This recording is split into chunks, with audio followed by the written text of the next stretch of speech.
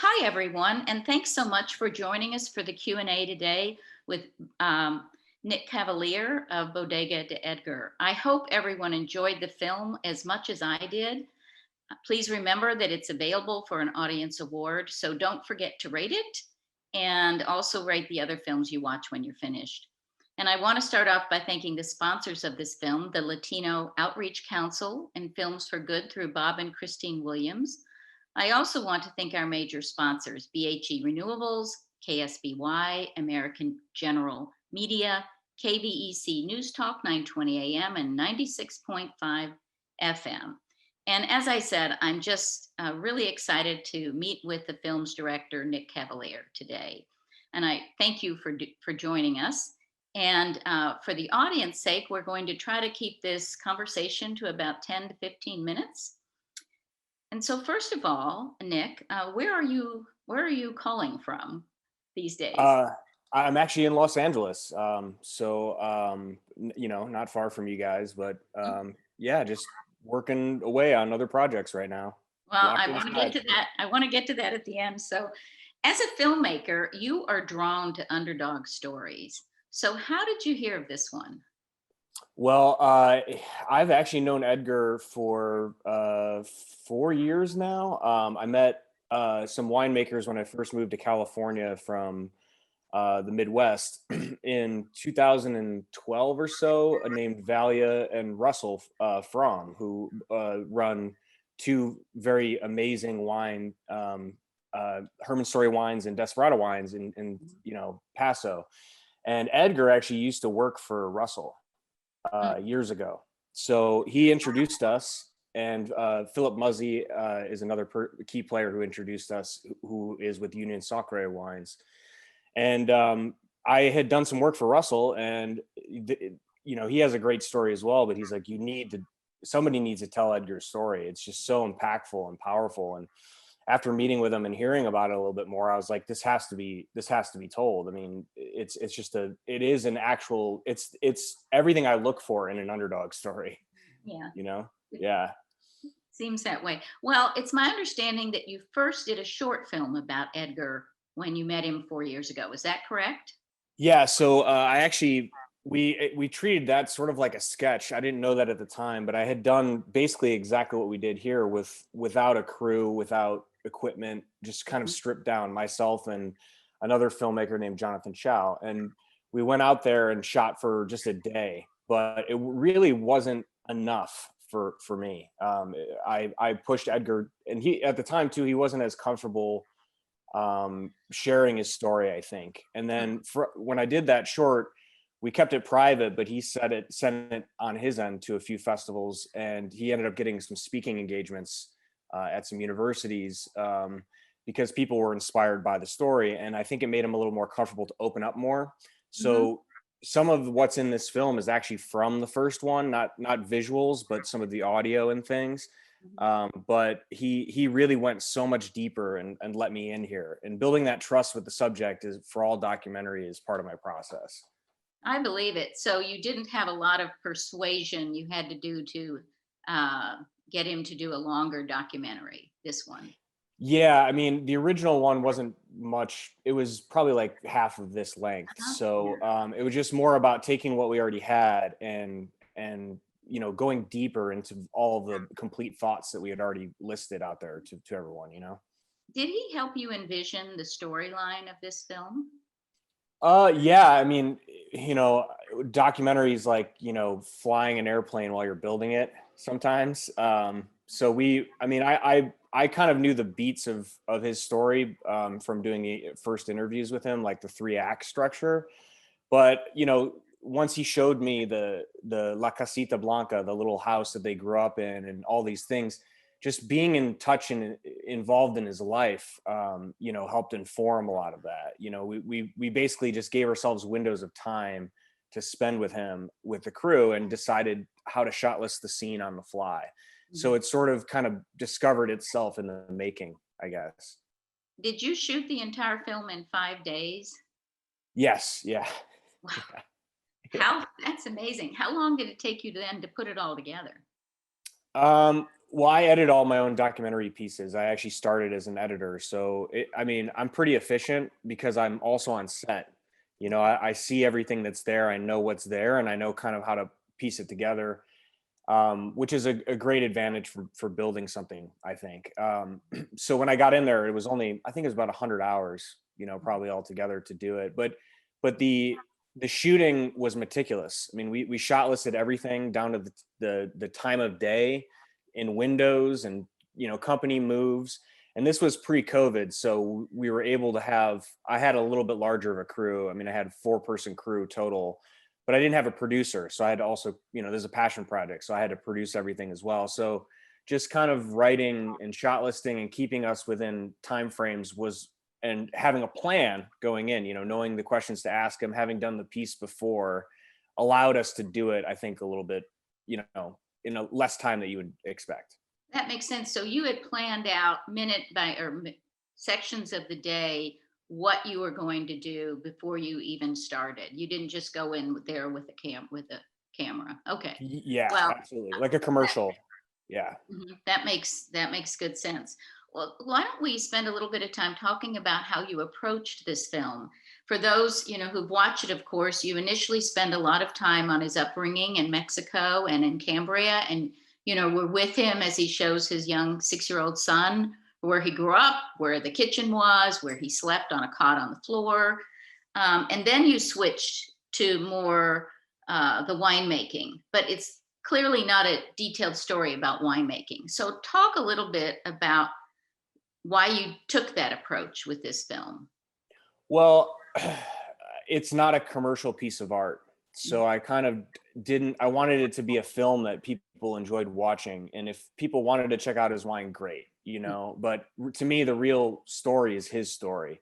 So I wanted to, what was interesting to me is the metaphor of how grapes grow in the beginning. He said that on the fly in our interview the first time we did it. And I just tried to push that. So he said, grapes, just like human beings, they need to suffer. They need to build character to have, to have the effect of a beautiful, luscious wine with a lot of fruit. I mean, it needs to suffer. It needs to bury itself in the rock and dig in there. And to me, that was a metaphor for his life.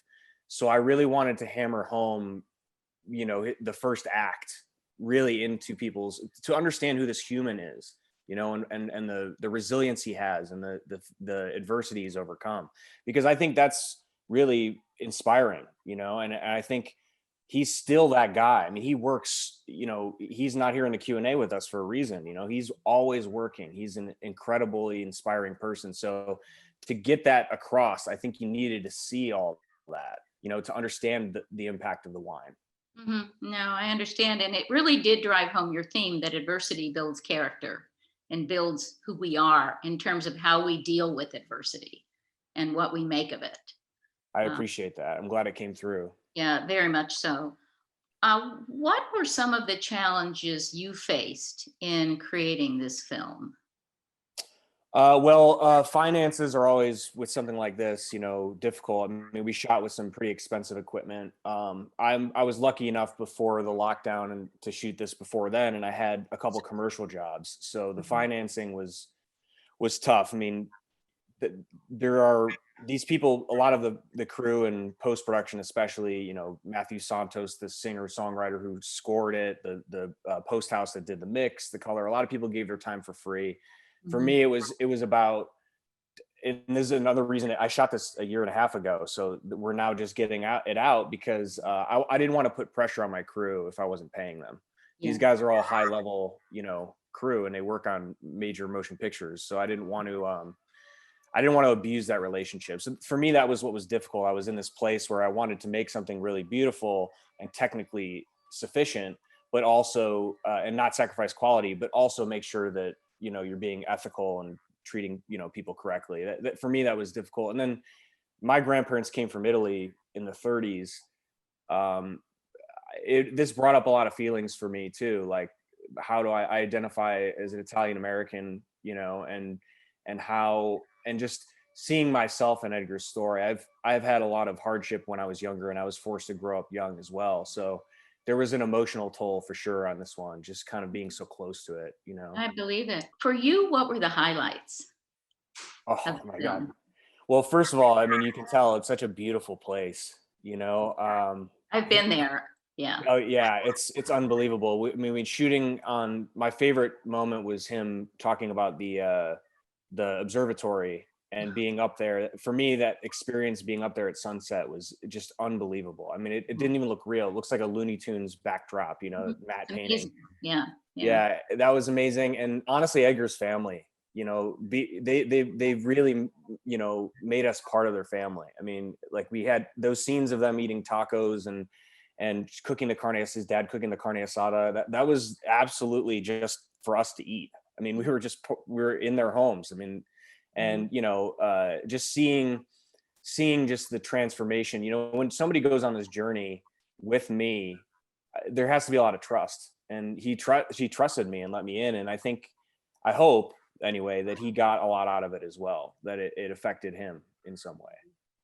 So your original goals with the film, I think we understand that you wanted to, develop a portrait of an individual who's overcome diversity and gone on to do really great things and be a wonderful human being as well.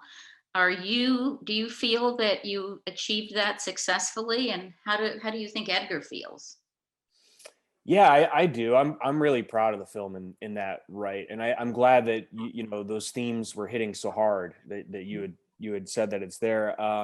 There's always a line there with, you know, are we being too heavy handed, or are we forcing things down people's throats in a way? You know, I don't like to preach.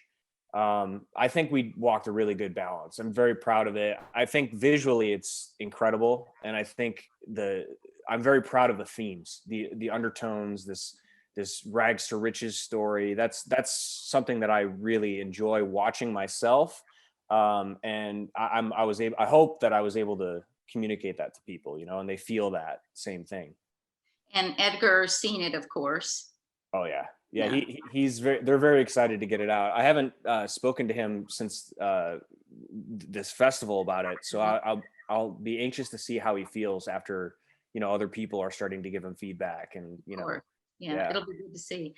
So, what did you learn from making this particular movie? Oh man. Well, number one, on a, you know, sort of spiritual level, the importance of family, the importance of a support system, of, you know, those hard days where he was living there with they all stuck together, and they figured out a way to make it.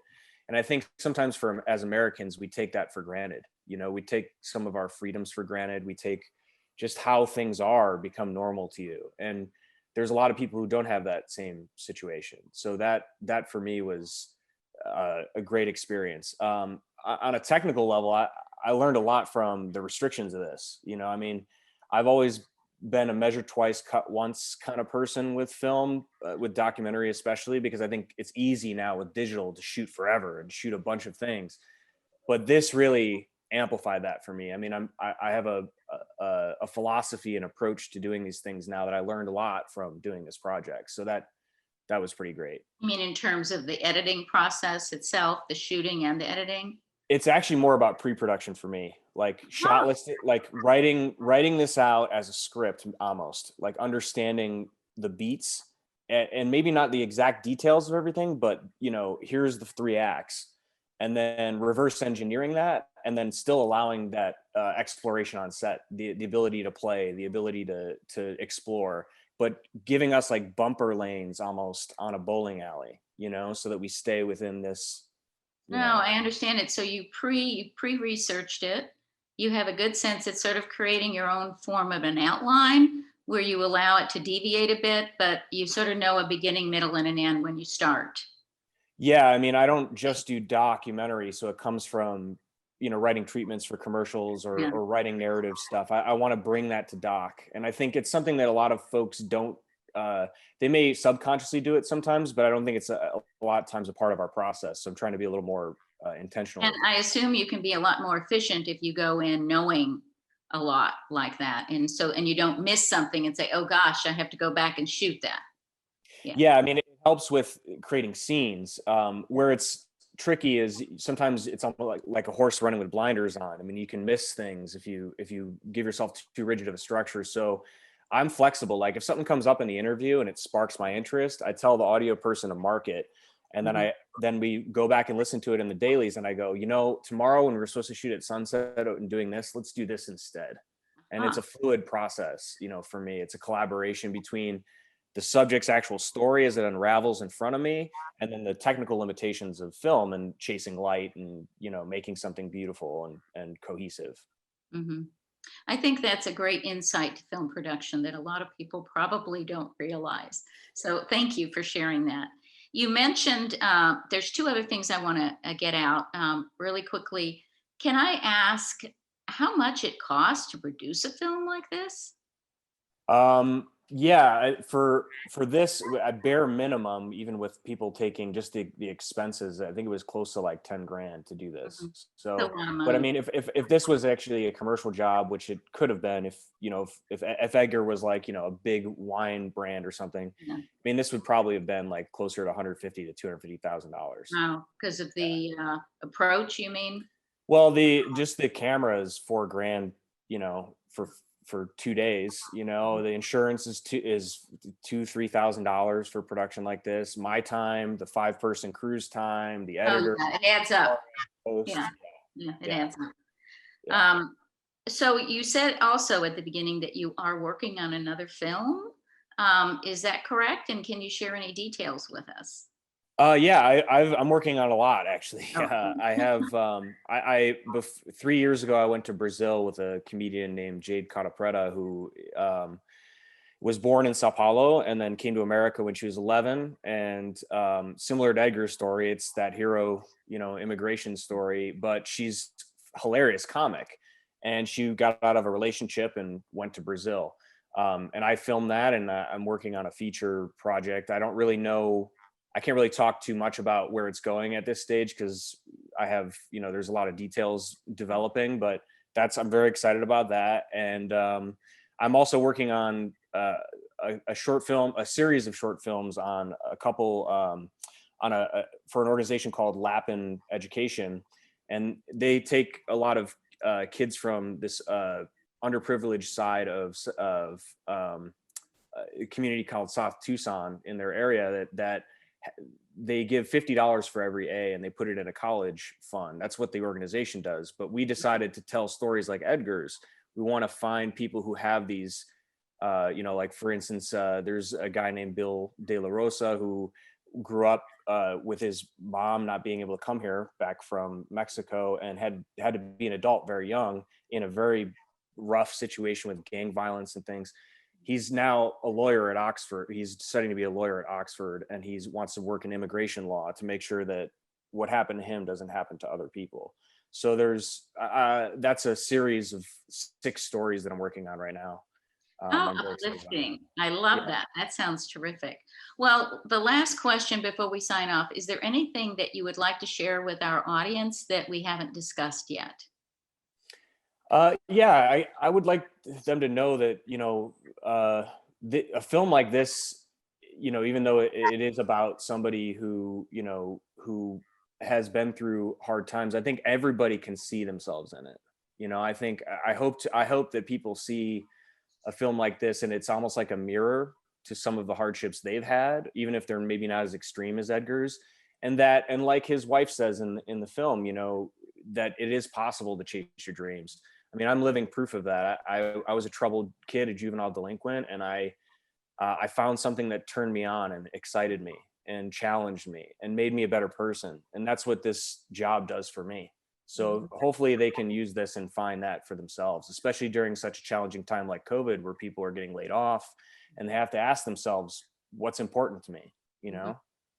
Well, I think that's a wonderful way to end our conversation. And I want to thank you again for your wonderful time and congratulations on a great film. And Thank you I for having also me. want to thank the Latino Outreach Council and Films for Good through Bob and Christine Williams, and the film festival's major sponsors, BHE Renewables, KSBY, American General Media, KVEC News Talk 920 AM and 96.5 AM. So one last thing, everyone, do not forget to vote and take care and have a great day. Thank you again, Nick. Thank you for having me. Uh-huh. Bye-bye. Bye.